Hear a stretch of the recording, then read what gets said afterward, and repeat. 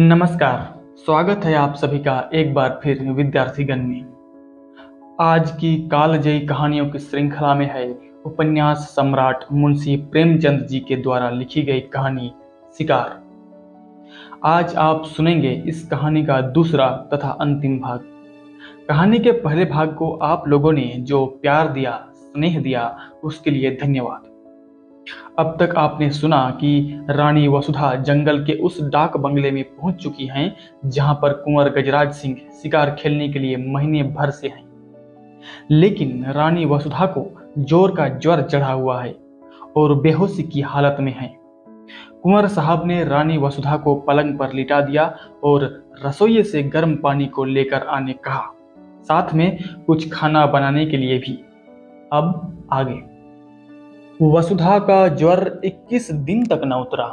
घर के डॉक्टर आए, दोनों बालक, मुनिया, नौकर चाकर सभी आ गए। जंगल में मंगल हो गया। वसुधा खाट पर पड़ी पड़ी कुंवर साहब की शुश्रूषाओं में अलौकिक आनंद और संतोष का अनुभव किया करती।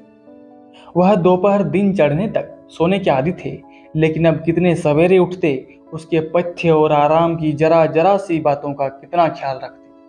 जरा देर के लिए स्नान और भोजन करने जाते, फिर आकर बैठ जाते। एक तपस्या सी कर रहे थे। उनका स्वास्थ्य बिगड़ता जाता था।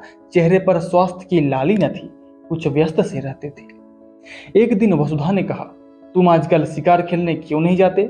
मैं तो शिकार खेलने ही आई थी, मगर न जाने किस बुरी साइड से चली कि तुम्हें इतनी तपस्या करनी पड़ गई।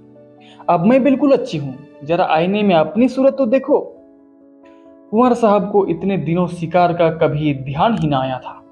इसकी चर्चा ही ना होती थी। शिकारियों का आना जाना, मिलना जुलना बंद था। एक बार साथ के एक शिकारी ने किसी शेर का जिक्र किया था। कुंवर साहब ने उसकी ओर कुछ ऐसी कड़वी आंखों से देखा कि वह सूख सा गया था। वसुधा के पास बैठने, उससे कुछ बातें करके उसका मन बहलाने, दवा और पथ्य बनाने में ही उन्हें आनंद मिलता था। उनका भोग विलास जीवन के इस कठोर व्रत में जैसे बुझ गया। वसुधा की एक हथेली पर वे उंगलियों से रेखा खींचने में मग्न थे। शिकार की बात किसी और के मुंह से सुनी होती तो फिर उसी आग्नेय नेत्रों से देखते। वसुधा के मुंह से यह चर्चा सुनकर उन्हें दुख हुआ। वह उन्हें इतना शिकार का आसक्त समझती है। अमरस भरे स्वर में बोले, हाँ, शिकार खेलने का इससे अच्छा और कौन अवसर मिलेगा? वसुधा ने आग्रह किया, मैं तो अब अच्छी हूं, सच देखो, मेरे चेहरे पर वह पीलापन भी नहीं रहा। तुम अलबत्ता बीमार से हो रहे हो, जरा मन बहल जाएगा। बीमार के पास बैठने से आदमी सचमुच बीमार हो जाता है। वसुधा ने साधारण सी बात कही थी, पर कुंवर साहब के हृदय पर वह चिंगारी के समान लगी। इधर वह अपने शिकार के खब्त पर कई बार पछता चुके थे। अगर वह शिकार के पीछे यूं न पड़ते तो वसुधा यहाँ क्यों आती और क्यों बीमार पड़ती? उन्हें मन ही मन इसका बड़ा दुख था। इस वक्त कुछ न बोले, शायद कुछ बोला ही न गया। फिर वसुधा की हथेली पर रेखाएं बनाने लगे। वसुधा ने उसी सरल भाव से कहा, अब की बार तुमने क्या क्या तोहफे जमा किए, जरा मंगाओ तो देखूं। उनमें से जो सबसे अच्छा होगा उसे मैं ले लूंगी। अब मैं भी तुम्हारे साथ शिकार खेलने चलूंगी। बोलो, मुझे ले चलोगे ना? मैं मानूंगी नहीं, बहाने मत करने लगना। अपने शिकारी तोहफे दिखाने का कुंवर साहब को मरज था। सैकड़ों ही खालें जमा कर रखी थी। उनके कई कमरों में फर्श, गद्दे, कोच, कुर्सियां, मोढ़े सब खालों के ही थे। ओढ़ना और बिछोना भी खालों का ही था। उन्होंने बाघंबरों के कई सूट बनवा रखे थे। वे शिकार पर जाते समय वही सूट पहनते थे। इस बार भी बहुत से सिंग, सिर, पंजे, खालें जमा कर रखी थी। वसुधा का इन चीजों से अवश्य मनोरंजन होगा। यह न समझे कि वसुधा ने सिंह द्वार से प्रवेश न पाकर चोर दरवाजे से घुसने का प्रयत्न किया है। जाकर वे चीजें उठवा लाए, लेकिन आदमियों को पर्दे की आड़ में खड़ा करके पहले अकेले ही उसके पास गए। डरते थे कहीं मेरी उत्सुकता वसुधा को बुरी न लगे। वसुधा ने उत्सुक होकर पूछा, चीजें नहीं लाए? लाया हूं, मगर कहीं डॉक्टर साहब ना हो। डॉक्टर ने पढ़ने लिखने को मना किया था, तोहफे देखने को नहीं। तब तोहफे लाए गए। कुंवर साहब एक एक चीज निकाल कर दिखाने लगे। वसुधा के चेहरे पर हर्ष की ऐसी लाली हफ्तों से ना देखी थी, जैसे कोई बालक तमाशा देखकर मग्न हो रहा हो। बीमारी के बाद हम बच्चों की तरह जिद्दी, उतने ही आतुर और उतने ही सरल हो जाते हैं। जिन किताबों में भी मन न लगा हो वह बीमारी के बाद पढ़ी जाती हैं। वसुधा जैसे उल्लास की गोद में खेलने लगी। चीतों की खालें थी, बाघों की, मृगों की, शेरों की। वसुधा हर एक खाल को नई उमंग से देखती, जैसे बायोस्कोप के एक चित्र के बाद दूसरा चित्र आ रहा हो। कुंवर साहब एक एक तोहफे का इतिहास सुनाने लगे। यह जानवर कैसे मारा गया, उसके मारने में क्या क्या बाधाएं पड़ी, क्या क्या उपाय करने पड़े, पहले कहाँ गोली लगी आदि। वसुधा हर एक कथा आंखें फाड़ फाड़ कर सुन रही थी। इतना सजीव, स्फूर्तिमय आनंद उसे आज तक किसी कविता, संगीत या आमोद में भी न मिला था। सबसे सुंदर एक सिंह की खाल थी, वही उसने छांटी। कुंवर साहब की यह सबसे बहुमूल्य वस्तु थी। उसे अपने कमरे में लटकाने को रखे हुए थे। बोले, तुम बाघंबरों में से कोई ले लो, यह तो कोई अच्छी चीज नहीं। वसुधा ने खाल को अपनी ओर खींच कर कहा, रहने दीजिए अपनी सलाह, मैं खराब ही लूंगी।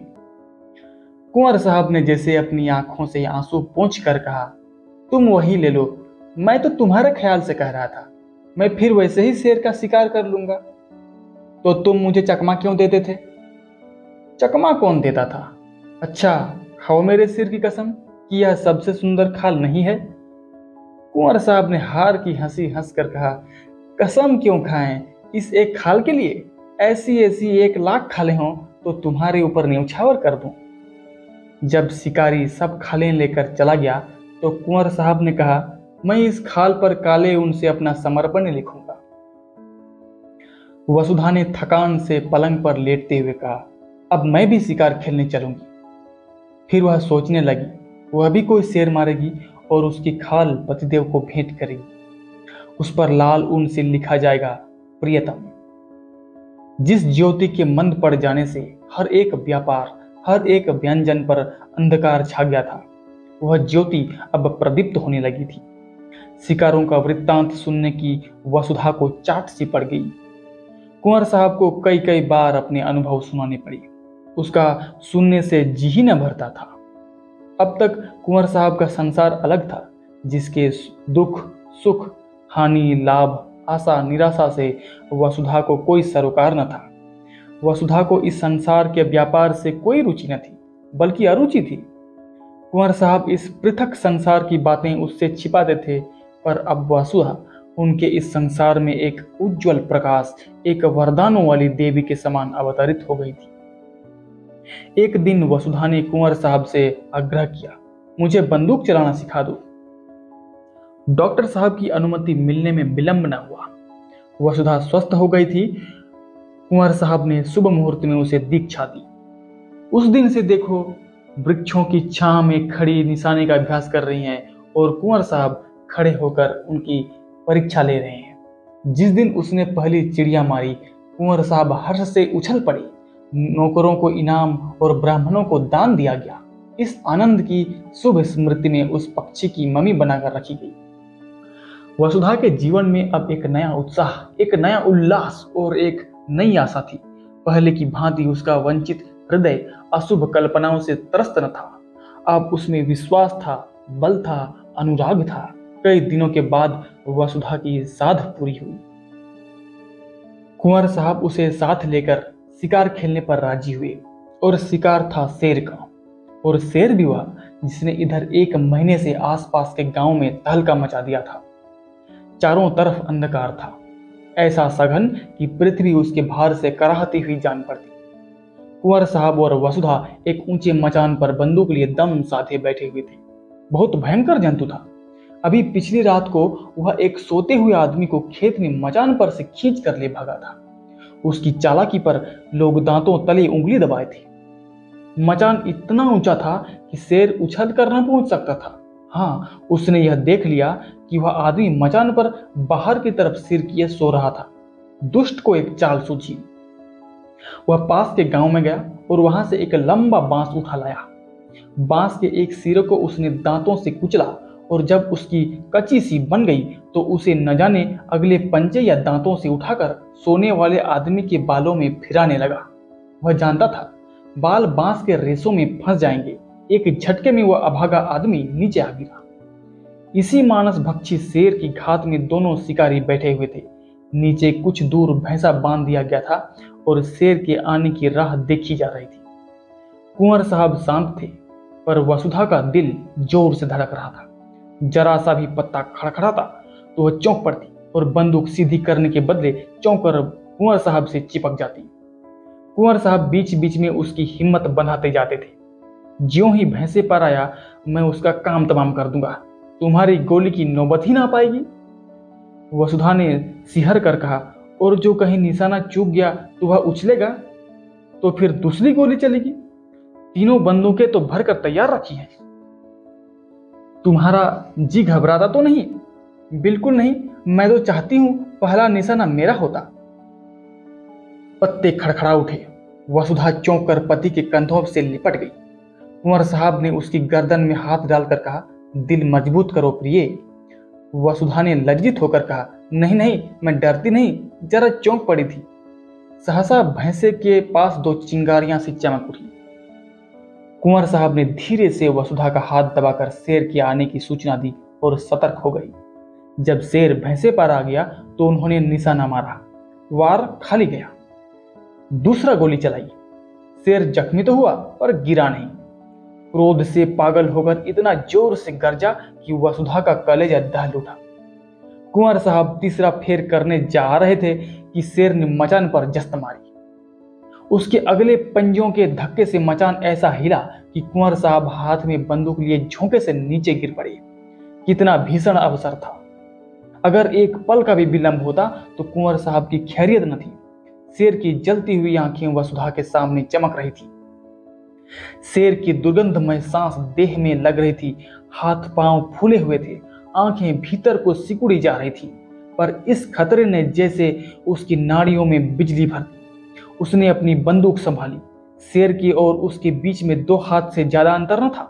वह उचक कर आना ही चाहता था कि वसुधा ने बंदूक की नली उसकी आंखों में डालकर बंदूक छोड़ी। धाएं! शेर के पंजे ढीले पड़े। वह नीचे गिर पड़ा। अब समस्या भीषण थी। शेर से 3-4 कदम पर ही कुंवर साहब गिरे पड़े थे। शायद चोट ज्यादा आई हो। शेर में अब अगर अभी दम है तो वह उन पर जरूर वार करेगा। वसुधा के प्राण आंखों में थे और बल कलाइयों में। इस वक्त कोई उसकी देह में भाला भी चुभा देता तो उसे खबर न होती। वह अपने होश में न थी। उसकी मूर्छा ही चेतना का काम कर रही थी। उसने बिजली की बत्ती जलाई। देखा शेर उठने की चेष्टा कर रहा है। दूसरी गोली सिर पर मारी और उसके साथ ही रिवॉल्वर लिए नीचे कूदी। शेर जोर से गुर्राया। वसुधा ने उसके मुंह पर रिवॉल्वर खाली कर दिया। कुंवर साहब संभल कर खड़े हो गए। दौड़कर उसे छाती से चिपटा लिया। अरे यह क्या! वसुधा बेहोश थी। भय उसके प्राणों को मुट्ठी में लिए उसकी आत्मरक्षा कर रहा था। भय के शांत होते ही मूर्छा आ गई। 3 घंटे के बाद वसुधा की मूर्छा टूटी। उसकी चेतना अब भी उन्हीं भयप्रद परिस्थितियों में विचर रही थी। उसने धीरे से डरते डरते आंखें खोली। कुंवर साहब ने पूछा, कैसा जी है प्रिय? वसुधा ने उनकी रक्षा के लिए दोनों हाथों का घेरा बनाते हुए कहा, वहां से हट जाओ, ऐसा ना हो झपट पड़े। कुंवर साहब ने हंसकर कहा, शेर कब का ठंडा हो गया, वह बरामदे में पड़ा है। ऐसे डील डोल का और इतना भयंकर सिंह मैंने नहीं देखा। वसुधा बोल रही थी, तुम्हें चोट तो नहीं आई? कुंवर, बिल्कुल नहीं। तुम कूद क्यों पड़ी? पैरों में बड़ी चोट आई होगी। तुम जीती कैसे बची, यह आश्चर्य है। मैं तो इतनी ऊंचाई से कभी न कूद सकता। वसुधा ने चकित होकर कहा, मैं कहां कूदी? शेर मचान पर आया इतना याद है, उसके बाद क्या हुआ मुझे कुछ याद नहीं। कुंवर को भी विस्मय हुआ और बोले, वाह, तुमने उस पर 2 गोलियां चलाई। जब वह नीचे गिरा तो तुम भी कूद पड़ी और उसके मुंह में रिवॉल्वर की नली ठूस दी और सारी गोलियां उसके मुंह के अंदर डाल दी। बस वह वहीं ठंडा हो गया। बड़ा बेहया जानवर था। अगर तुम चूक जाती तो वह नीचे आते ही मुझ पर जरूर चोट करता। मेरे पास तो छुरी भी न थी। बंदूक हाथ से छूटकर दूसरी तरफ गिर गई थी। अंधेरे में कुछ सुझाई न देता था। तुम्हारे ही प्रभाव से इस वक्त मैं यहाँ खड़ा हूँ। तुमने मुझे प्राण दान दिया। दूसरे दिन प्रातः काल यहाँ से कूच हुआ। जो घर वसुधा को फाड़े खाता था उसमें आज जाकर ऐसा आनंद आया जैसे किसी बिछड़े मित्र से मिली हो। हर एक वस्तु उसका स्वागत करती हुई मालूम होती थी। जिन नौकरों और लौंडियों से वह महीने भर से सीधे मुंह न बोली थी, उनसे वह आज हंस हंस कर कुशल पूछती और गले मिलती थी, जैसे अपनी पिछली रुखाइयों की कटौती कर रही हो। संध्या का सूर्य आकाश के स्वर्णिम सागर में अपनी नौका खेता हुआ चला जा रहा था। वसुधा खिड़की के सामने कुर्सी पर बैठकर सामने का दृश्य देखने लगी। उस दृश्य में आज जीवन था, विकास था, उन्माद था। केवट का वह सूना झोंपड़ा भी आज कितना सुहावना लग रहा था। प्रकृति में मोहिनी भरी हुई थी। मंदिर के सामने मुनिया राजकुमारों को खिला रही थी। वसुधा के मन में आज कुलदेव के प्रति श्रद्धा जागृत हुई, जो बरसों से पड़ी सो रही थी। उसने पूजा के सामान मंगवाए और पूजा करने चली। आनंद से भरे भंडार से अब वह कुछ दान भी कर सकती थी। जलते हुए हृदय से ज्वाला के सिवा और क्या निकलता। उसी वक्त कुंवर साहब आकर बोले, अच्छा पूजा करने जा रही हो? हाँ, मैं भी वहीं जा रहा था। मैंने एक मनौती मांग रखी है। वसुधा ने मुस्कुराते हुए आंखों से पूछा, कैसी मनौती है? कुंवर साहब ने हंसकर कहा, यह नहीं बताऊंगा। यह थी कहानी का अंत।